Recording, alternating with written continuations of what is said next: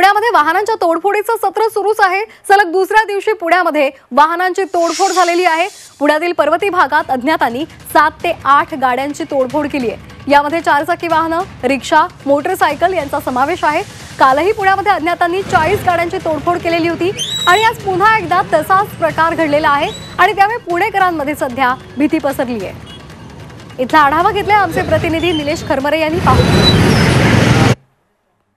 पुण्यात सलग दुसऱ्या दिवशी गाड्यांचं तोडफोड सत्र हे सुरूच असल्याचं आपल्याला पाहायला मिळत आहे। पर्वती परिसरामध्ये काल रात्री 7 ते 8 गाड्यांची तोडफोड या ठिकाणी करण्यात आलेली आहे।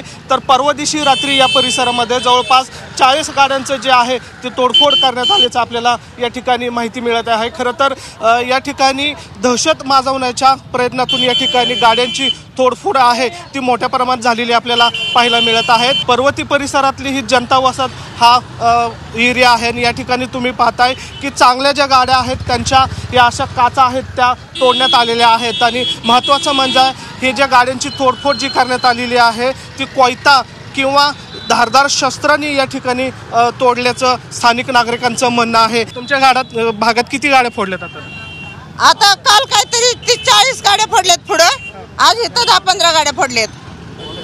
मग तुमची पण गाडी फोडली आहे का? काय परिस्थिती? नाही फोडली, पण आमच्या मित्रांच्या फोडल्यात। उद्या आमच्यावरही वेळ येऊ शकते, आमच्यावरही वेळ येऊ शकते। आजचा जवळजवळ दुसरा तिसरा दिवस आहे सलग, हे 2-3 दिवस चालू आहे सगळं। याच्यावरही काहीतरी उपाय झाले पाहिजे, नाही तर मग काय फायदा आहे त्याचा?